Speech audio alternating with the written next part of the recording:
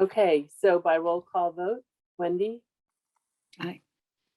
Connie, Here. Anne, Here. and Kari here.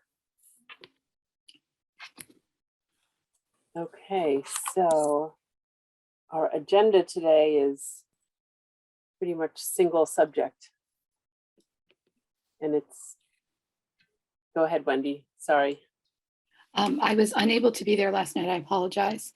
But I think we are discussing the article for town meeting, which is going to be the citizens petition for ranked choice voting for Concord elections. Okay, I'm admitting So a few more people. would you like me to begin, or? Welcome, Greg. Glad you could make it. So for purposes of the minutes, if you want, I'm Stephen Bader, 7 River Street, Concord. Kate Kavanaugh. Do they need your 35 address? Drum Hill Road. Carlin Reed is here as an observer. And Greg Dennis is from Arlington, representing Voter Choice Massachusetts, and somewhat of more of an expert than Kate and I am. So he may, we hope, be able to answer questions that we might not know off the top of our heads. What we are endeavoring to do is to get approval from the town meeting to support using ranked choice voting for Concord elections where there are more than 2 candidates basically for any one seat. But that's the headline of why we're here. So Kate, do you want to, did all of the I guess the threshold question is, did all of you registrars see the presentation at the? I did. I did. Did? I did. Did not. Kate did, Wendy did not. Okay, No. just, I know Kari was there, so. Yes, That yes. answers that question. Okay. Maybe I for, do have if you'd like, I have a brief 2.5-minute video which explains ranked choice voting. Happy to share screen and show it to you now if that would be best. And then we could talk about implementation or language issues. Does that make sense? Yes. Oh, what do you think, Wendy? I think that would be a very good idea. Yes. Okay. Let me Okay. just If I see can share where screen, I can. Okay. You should be able to now. Okay, thank you very much. Just take me a moment.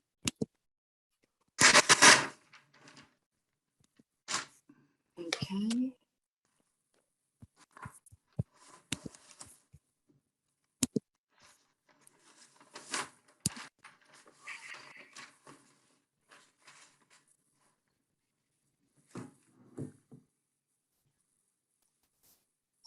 You might need to turn on the audio, Kate. Oh, sorry. Thank you. Ooh, hate it when I do that.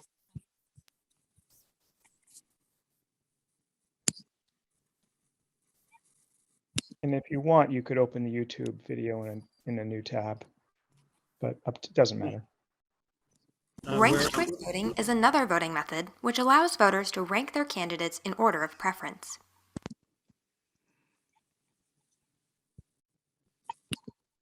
Okay. you're gonna restart that from the beginning, right? And then I will, as soon as I can get back there. Hold on. Yeah. It's get back there. Okay. Start that from the beginning.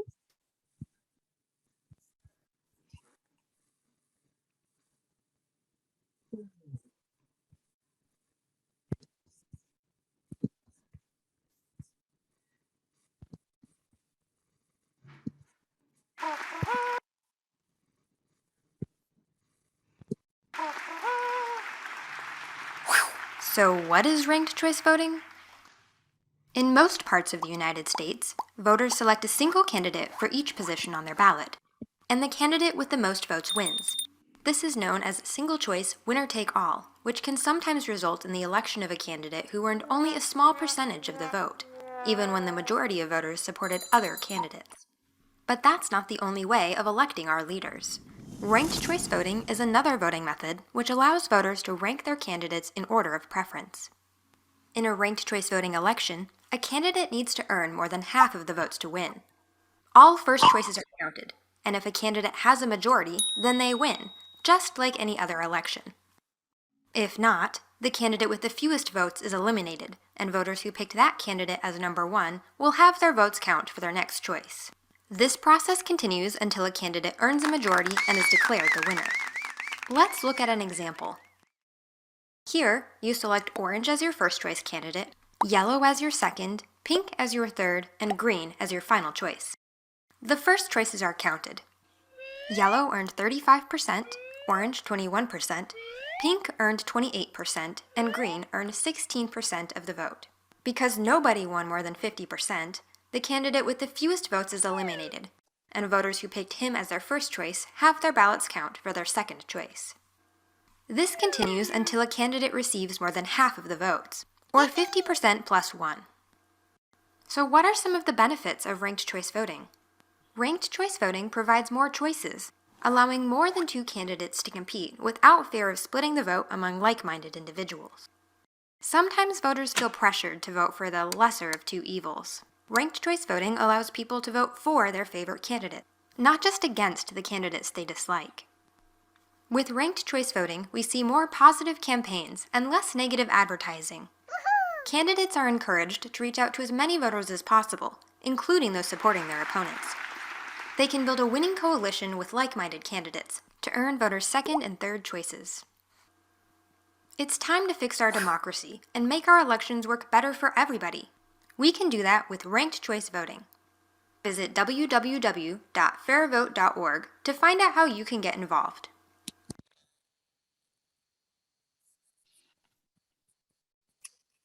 Okay, thank you so much for watching that. It's so much more colorful than my explaining it. And if you have any questions, please, let's hear them. Wendy, could I ask? Oh, Yes, sorry. okay. So you had mentioned, Kate, that some of this was the language of the petition article, some of it is from Arlington and some of it's from Amherst. And I was wondering which pieces came from where and how you decided on those. I was, again, quite honestly, I'm very new to town government, as you all know, and I was in a rush to get this to you guys quickly by the deadline. So I took basically most of Arlington's language, but then was looking at it in terms of, since Arlington is a city, how to modify it for a town. I also ran it by a few people in town and they gave me their thoughts. Okay. So my understanding is that Arlington and Amherst are still waiting for the legislation to be approved. So they're actually not doing it yet. And I've also heard that Arlington has a draft revision. Greg, I don't know if you can speak to this in the pending legislation that's being reviewed. So, right. The way that cities and towns enact ranked choices through the home rule process. So the home rule legislation has to be approved by the legislature, which happened in the case of East Hampton. The legislature and the Election Laws Committee can tend to drag its heels, so it can take some time. And Amherst and Arlington are still awaiting approval by the legislature. Amherst is a little bit different because they originally passed it with their charter and with their charter change to become a city. And what they have pending before the legislature is sort of implementation details and it was debatable whether they even needed home rule at all, but they decided to do it. And Arlington is also pending. I'm not sure what you mean by a draft in Arlington, what that is referring to. A legislative council has submitted some changes. I spoke to the town clerk in Arlington and she shared. information with me. Legislative Council wants some changes to the text. Yes, Oh, to make it more in line with legislation in other parts of the state. I am not aware of that. I can check. I stay in touch with the Arlington Town Clerk pretty frequently. If it happened, it was probably a fairly recent development, so I can check with her. I'm not aware of any requested changes, but I can check on that. Thank you. I'm wondering if it's possible just to go through these paragraphs and sort of explain what these different what they mean. Absolutely. Would it be helpful for me to share a screen, or is everybody going to look at it on their own? Why don't you share screen, Kate, and you can highlight the paragraph Yeah. we're looking at. That would be great. Don't need If to that's share okay sound with this- everyone. Don't need to share sound this time, so that should be a little bit easier.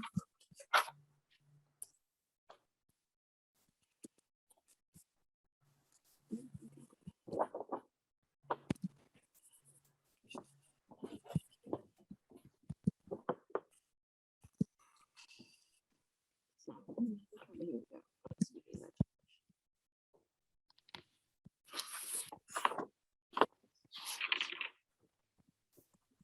Okay, got it.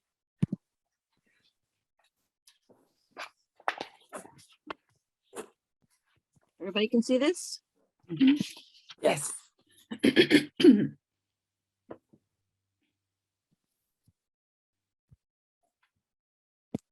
So how would you like to proceed through this?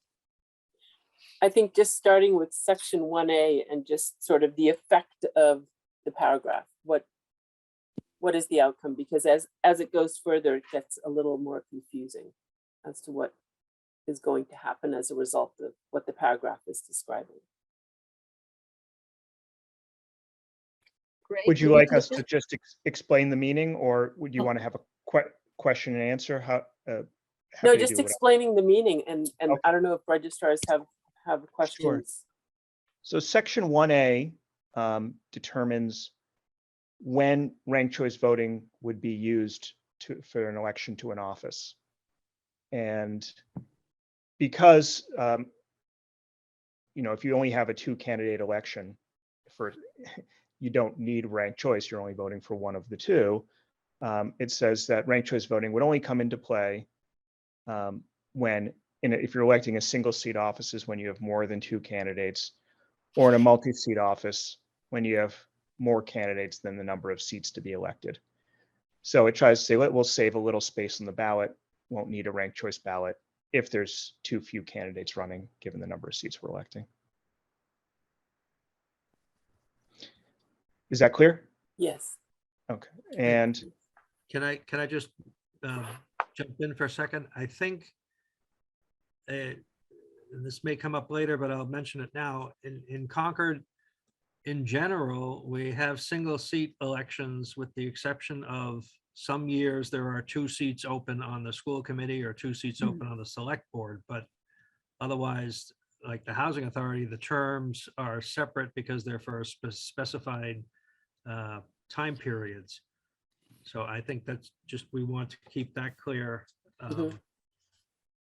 That some years we will have only single seat elections. We might have more than 1 candidate or more than 2 candidates, but it's still only 1 seat. And it's only every so often that we have multiple seat elections. yes.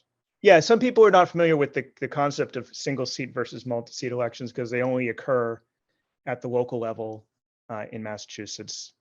And so, yeah, like Stefan said, multi-seat election is if you're electing 2 select board members, 2 school committee members in a single race on the ballot. Section 1B discusses how to tabulate an election, count the votes in an election when in a single seat election. And it basically says, every ballot counts as a vote for the top ranked candidate on the ballot. And you eliminate the lowest vote getter round by round. And when you eliminate the lowest vote getter, you look at every ballot that was counted for that candidate and instead assign it to the next ranked candidate on the ballot. And next ranked candidate that's still in the running, that hasn't been eliminated yet. And you continue this process until you have 2 candidates left, at which point the candidate with the most votes, by definition, a majority of votes, if there's only 2 candidates left, wins the election. And can I ask, when batch elimination is mentioned, Mhm. I don't really understand how that works. Where if- Batch elimination is an optimization to the counting process that doesn't change who wins. It just can reduce the number of rounds of counting, Mhm. which isn't really going to matter when software is tabulating it, but it can reduce the presentation number of rounds. So what that means is batch elimination will allow for multiple candidates that have few votes to be eliminated at a time if the number of votes they have combined is not enough to surpass the next highest candidate. So how do you determine the threshold for the smallest number? It's if the number of votes they have combined is less than the number of votes of the next highest candidate. So Okay. if you have a candidate with 100 votes, a candidate with 50 votes, a candidate with 2 votes, and a candidate with 1 vote, you say, oh, the candidate with 1 vote is the candidate with the fewest votes, but 1 and 2 combined, 3, is less than 50. So therefore, we know mathematically that 2 is going to be eliminated. 2 is necessarily going to be eliminated anyway, because even if they receive all of the transfers from the lowest ranking candidate, they're still not going to have enough to even tie, let alone exceed the number of votes of the next highest candidate. So mathematically, you can just get rid of them both in one round without having to carry forward another round. It's an optimization of the count, doesn't change who wins, but mathematically you can eliminate multiple candidates at a time. Okay, it would be really helpful to have that definition expanded because I didn't understand that from reading the definition. Okay. So, thank you. Thanks for explaining that. Let's highlight that.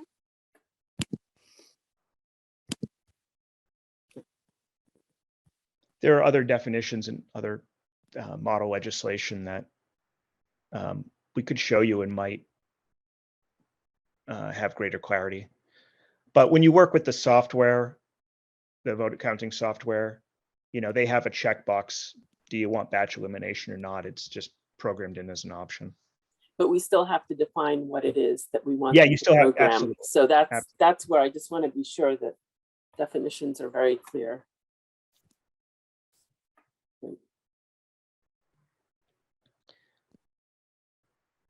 And then 1C, and then just down below in 1D, it defines batch elimination, and that's the one we can look into how to enhance that definition. But 1C describes how a multi-seat election is counted. And a multi-seat election, electing the candidates in a multi-seat election is a little different. It adds one additional component, which is the notion of a threshold number of votes.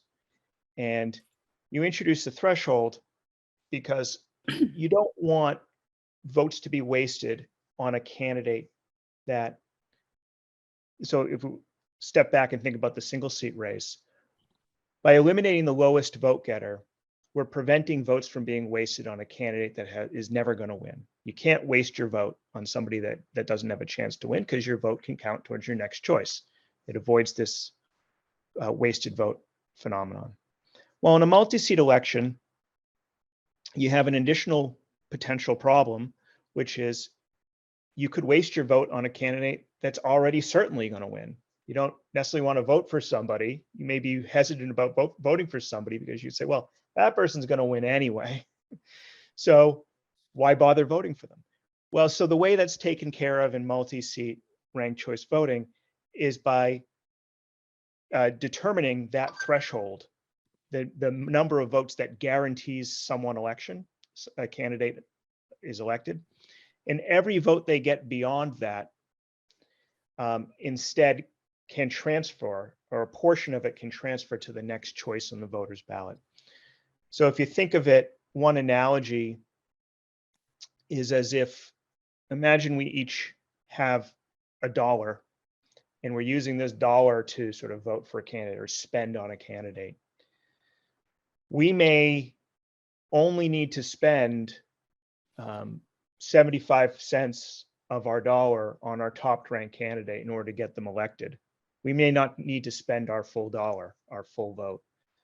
In that case, only 75 cents, only 3/4 of our vote will need to count to our top ranked candidate to get them elected.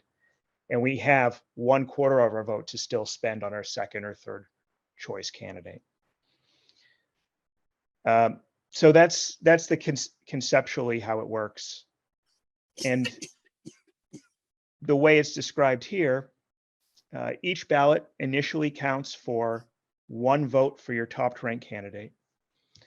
And in C1, it talks about what happens if candidates have more votes than they need to get elected, more votes than the threshold. And if a candidate has more votes than they need to get elected, then all of the votes that count for them are reduced by a fraction so that voters are only spending as much as they need to on this candidate. And the ballots counting for that candidate are then fractionally reduced to then be spent on candidates in later rounds. 1C says, well, if no candidate is above threshold, then we do the same thing you do in the single winner case, which is you eliminate the lowest vote getter. So the multi-seat case has the same, that same process as a single seat case by eliminating the lowest vote getter. But it has this additional mechanism where if a candidate has more votes than they need, then you only take the portion of the votes that candidate needs in order to be elected, so that the voter doesn't waste even a fraction of their vote voting for that candidate. So can you show that mathematically? Because so are you saying, let's say you have 300 votes, one candidate gets 60%, but they only need 51%. So the 9% above the 51% gets divided? Let's pick the number of seats we're filling. So how many seats are we electing? If we're electing, let's say we're electing 2 seats. So if you're electing 2 seats and there are 300 votes, the threshold is always, if you have a number of seats n, the threshold is always 1 over n plus 1. So for 2 seats, it's 1/3 of the vote. So if you have 300 votes, the threshold is set at 100 votes. Once you get more than 100 votes, you're guaranteed election. And you can think about that mathematically, because if there are 300 votes, once 2 candidates, if I have 2 candidates, each with more than 100 votes, no third candidate can get more than 100 votes because there's only 300 votes to go around. So once one candidate passes 100 votes, they have mathematically guaranteed themselves election. So you set the threshold mathematically at 100 votes, because that is what mathematically guarantees you election if there are 300 votes and 2 seats to be elected. Mm-hmm. So that's where you set the threshold. Mm-hmm. So if one candidate has 200 people vote for them for their first choice, and they only need 100 of those votes,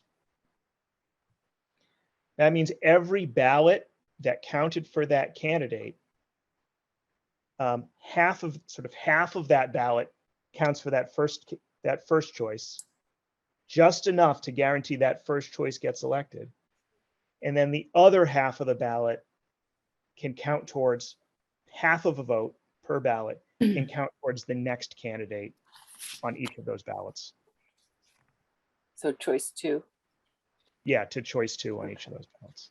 So every voter that voted for that top ranked candidate has 50% of their vote left over to still count for their next choice. Okay. I understand it now. Thank you. Cool.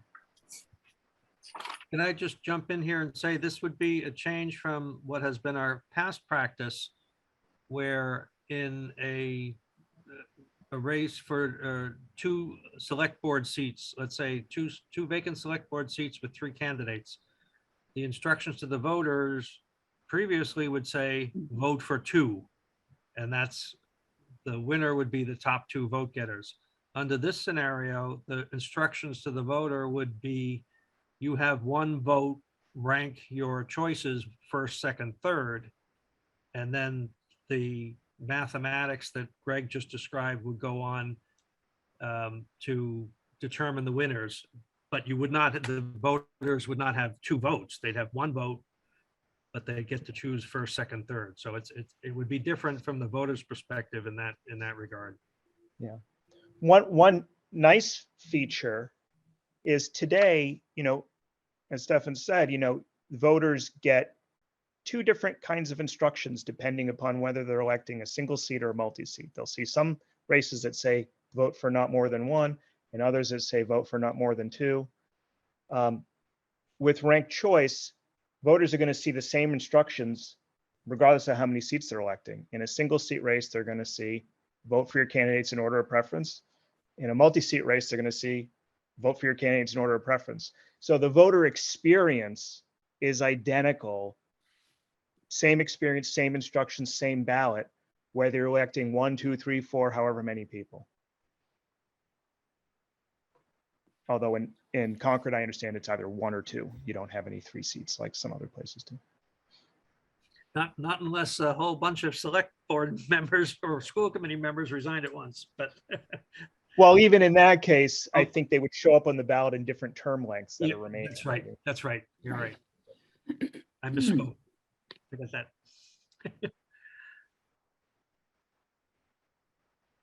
We have the definition of batch elimination again.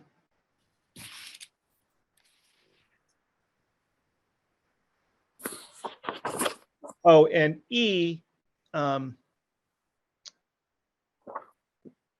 deals with, okay, what if you have a case where you want to eliminate the lowest vote getter, but there's a tie for the lowest vote getter? And I'll say that this has, I think, either never happened or might have happened exactly once in ranked choice voting history in the United States out of hundreds and hundreds of elections. And one of the reasons it's so rare is because of batch elimination. The likelihood that you'll get a tie for the fewest number of votes, it's more likely amongst, you have like kind of maybe write-in candidates with a handful of votes each or something. And what batch elimination is able to do in that case is just, usually these candidates have no shot at winning whatsoever. And you just eliminate them all in a single round with batch elimination. So when you have batch elimination, you're very unlikely to get this case where you actually have to sort of break a tie between the candidates with the fewest number of votes. And what this says is, oh, if we do get this case, which is very rare, then you look at the tie is broken in favor of the candidate that is eliminated is the candidate who had the fewest votes in the prior round. And if they were tied in the prior round, then you look at the round before that. And if they're tied in that round, you look at the round before that. So you keep looking backwards through rounds until you can break that tie. So that's what this paragraph is about. It's just in case. It's very unlikely to come into play, but it could. And then F is about some authority. If you discover that there's there's certain details to the implementation, like how many ranks can I fit on the ballot? If you're doing this you're talking about fractions for the multi-seat case, you know, how many decimal points are in this fraction that you calculate of the vote? Issues like that, or maybe small conflicts between the text as it's specifically written and what the software is capable of doing. If there's any minor mismatches there, the clerk has some authority to change things in a small way, just to accommodate the software and to make these small implementation choices. And then you have a bunch of definitions. And what about skipped choices? Skipped ranking? Yeah. So a skipped ranking, and it's in red here because it wasn't, as I understand, it wasn't in the original text, but was added later as a definition. And it wasn't in the original definitions, and it wasn't in the definitions because it's not mentioned in the text above. But what skipped ranking means is the case where a voter, say, votes for their first choice, either accidentally or perhaps deliberately didn't vote for anyone as their second choice, and then voted for a candidate as their third choice. So the way that is typically handled is if you vote for your first choice, skip your second choice, vote for your third choice, is it just treats your third choice automatically as your second choice. And that is addressed in the text, but implicitly without necessarily needing to define skipped ranking. And it's addressed in the text by the definition of, if you scroll up a little bit, highest ranked continuing candidate. What that means is, let's say, if it says your first choice candidate is your candidate is eliminated, your vote then counts for your next highest, the highest ranking continuing candidate on the ballot. That candidate is defeated, and then your vote counts for the highest ranked continuing candidate on the ballot, which means that you look for which candidate on the ballot has the highest rank, regardless of what skips there might be. You're still looking for the highest ranked continuing candidate. So it's sort of treated just implicitly there, the fact that skips are just skipped over as if they're not there, as if they're elided, and we just go to the next candidate on the ballot. Should we assume that equipment is capable of reading past 2 skips or more? It definitely is. It absolutely is. Yeah. There, you know, some jurisdictions have done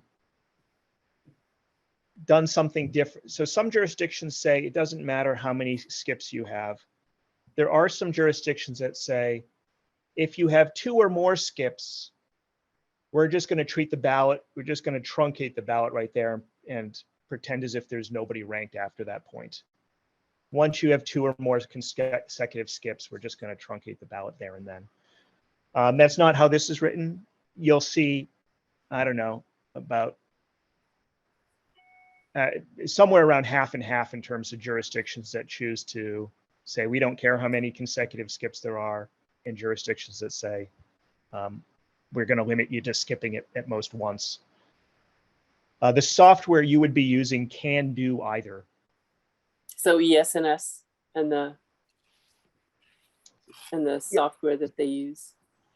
So ES&S, for the tabulation, ES&S is going to point you to using a piece of software called the Universal Ranked Choice Voting Tabulator.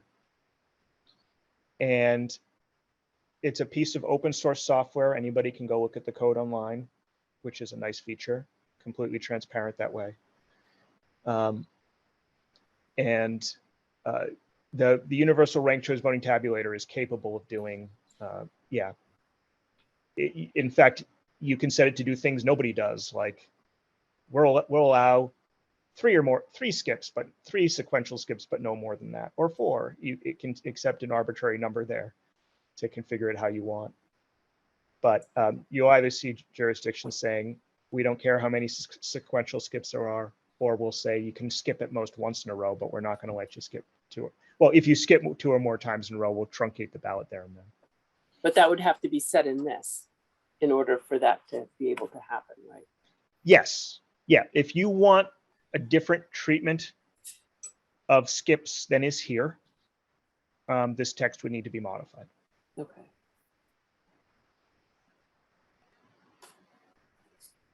Do you today use any ES&S software? We do not use their post-election tabulation software. So we just use their tabulators. So I have understood that we would need to purchase You the use their laptop to tabulate, to do a Yes, you use- tabulation, and then that can be exported into the universal tabulator. Right? Yes, yeah, you'd have to purchase one of those laptops. Did they give you a quote on that price? I'm curious. I think it was 1,000. Okay, just to outright purchase. That sounds about Yes, I don't think I have an estimate for renting. I don't think it's, last I heard it's not worth renting because it was like It adds up 600 a year quickly. to rent. 600 a year to rent or 1,000 just to buy it and have Right. it. Oh, It's I'm kinda sorry, it's $5,000 to purchase. Oh my okay. gosh. Yes. it's That's a 5,000. little more than I heard, but Oh, and did well, you I get a had talked rental to our price? vendor. I did not Oh. get a rental price Okay. for that. And then there's MK Elections, who is, I don't know if we would need that. Yeah, if you want to Was it- hire a consultant to come in and push the button for you. Well, also you- to audit, to make sure Yeah. that we can trust the results to satisfy, first time using it, that kind Yeah. of thing. That's, I think, another 5,000.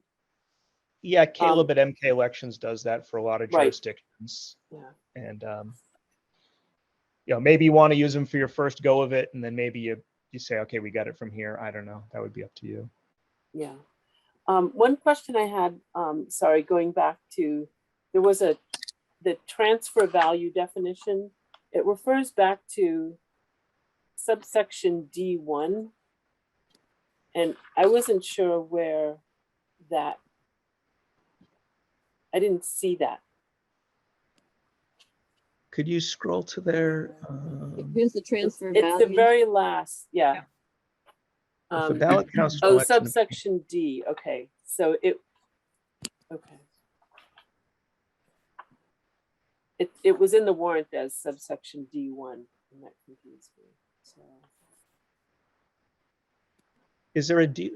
Kari, I think that was a typo in the version that went in the warrant, and I think that would have to be flagged Okay. as a typographical error in terms of motion moved on the floor. Well, the motion can just Corrected. eliminate that, yeah. Yeah. Just take that out. No, the D1, But is it referring back to the right section? Because the only, so it's referring back to subsection D, but where is, It's D1. subsection D is batch elimination. Oh, then that letter is wrong. Yeah, so, I wonder if there was some re-lettering here too. So it should refer to, if we scroll up, D. it should refer to C. okay. Yeah, D should be C there. Good catch. Yeah, I just want to be sure that there aren't pieces missing from this in the haste of putting it together and combining from two different jurisdictions. I just want to be sure that we're not missing pieces that makes it difficult to actually implement. Implemented. I did get one, I think due to your outreach, the Ranked Choice Voting Resource Center ended up looking at the text, and they sent me one suggested change for clarification that I can send your way as well.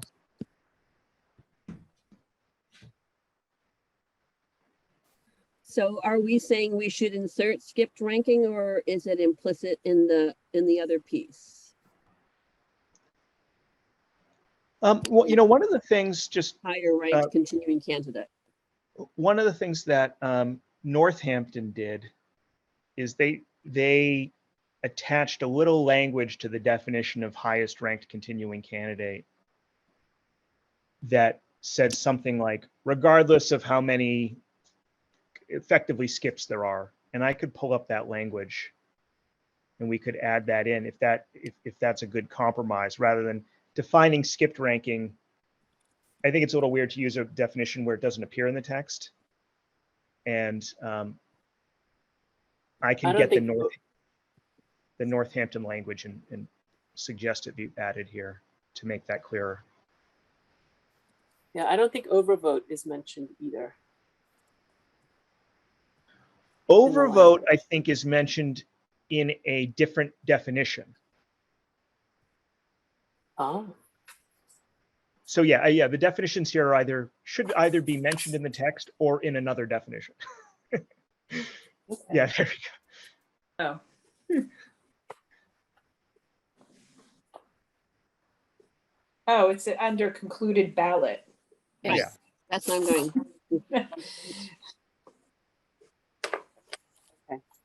That helps. Thank you. Fun of legalese. And, The devil's in the details. But this is overvoting our voters who take participation to the nth degree. Just can't help themselves.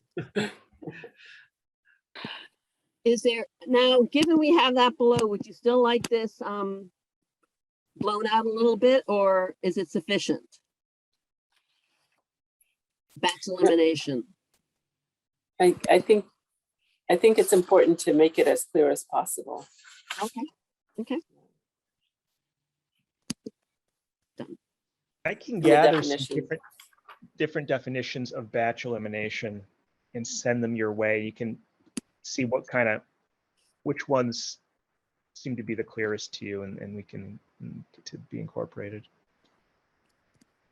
If there aren't any more questions about this language, I will stop screen sharing. Great, Okay. sure. Okay, any other questions, concerns?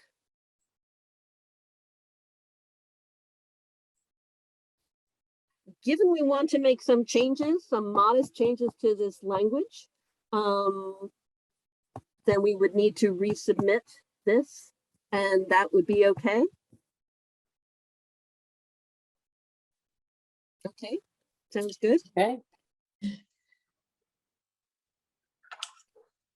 Stephanie? Yeah, I think, Kate, what needs to happen is we need to provide the registrars as well as the town moderator with our revised text or amended text or corrected text. And that Correct. will be what people will act on, and that's what we'll be voting on. Okay, And the select board as well, I think. Select board as well, Or- Monday yeah. night, that's right, yes, Monday, they're talking about this. So if we can get that by Monday, that would be that much better. okie dokie. Yeah, this has been really helpful. Thank you. Well, thank you for giving us this opportunity. Really appreciate it. I would like to ask if there are plans to find ways to teach people in Concord what all this means before they have to vote on it. It seems to me that it's important that we know what it means, but it is really important that the citizens of Concord know what this means. What would you recommend, Ann? Well, I don't know. We certainly need to get information out in the various ways that we get it out. Some ways to get it out on emails and on government information, and probably the few people that still get the newspaper would still read it. And perhaps there's some other ways, but it seems to me that we are not doing very well if we don't super educate people. And I would expect actually to not do very well this round, just because if nobody knows about it, they'll have trouble getting into it, I think. Can I offer something in response? Please. I cannot commit for the League of Women Voters. However, I am familiar enough with their practices and policies to expect that they would be happy to offer that kind of citizen education program in various modes. I think before we got to an election where we had to vote on it. And I think that's what you're talking about, Ann, right? Not whether this should pass a town meeting or not, but when we got to the point when we had an election with 3 candidates for 2 positions, and this was going to come into play, then that's the time to educate people. Because I think if you talk about it in the abstract and then they don't see it for 3 years, they Right. will have forgotten by then. But I'm fairly confident in saying that the League of Women Voters would step up and help and assist the town clerk in getting information out to voters so they know what they're encountering and how it all works. Yeah, I hear that ranked choice voting for candy bars seems to be a good way of introducing the concept in a Yeah, non-political especially around arena. Halloween. Yeah, Especially around Halloween. You want Reese's or do you want, Snickers or yeah. I think the first time will be new. And if it's simply 3 candidates for 1 seat, that would probably be the ideal situation to test it out, because you'd see how it would work. And the difference to the voter would be you're voting for 1 instead of 2. Anyway. yeah. Yeah. I think visuals go a long way, and especially where the, using the half your vote above a threshold goes to another candidate. That's hard to explain in words, but very easy to show somehow. And that, I think, would be helpful in explaining a lot of the different elements to this. Right. Now, we have this YouTube video, and I guess there are different issues around using videos, and there also could be slides instead of the video. Any thoughts? Well, the video doesn't quite answer to the example that, or the legislation that would be proposed. So where it's above the threshold, I'm not sure how you visualize it, because it's not quite the same, is it? There are a couple other videos that show the multi-seat election case, and that those could perhaps be part of some presentation, this presentation or another presentation. Yeah. That would be helpful. And just going back to your point, Anne, just FYI, 63% of Concordians voted for ballot question 2, which is ranked choice voting. So at least at that time, people seem to have an appreciation for it on a statewide basis. Thanks, Kate. I didn't know that. And it'd be great to have League of Women Voters using their mechanisms to educate the town even more.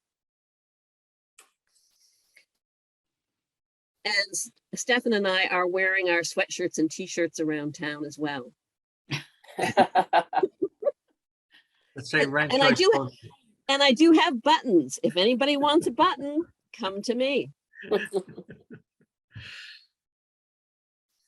So the action items here are to reword this legislation incorporating what we've discussed today. Get that back to you folks and the select board ASAP prior to the meeting on Monday evening, correct? And to have some kind of expanded or more specific visual discussing some of the things we've said this evening, today. Mhm. Is that correct? Yes. That's my understanding. Yeah. Well, thank you for the time. Really appreciate it. Thank you, Kate. Thank you. Anything And else? thank you, Greg. Thank you, Greg. Thank you, everybody. Appreciate it. And Stefan. Thank you. So are we adjourned? I think we have minutes. I'm afraid I do not have minutes ready, but I am working on drafts of all those minutes that we had from last fall when we were re-precincting.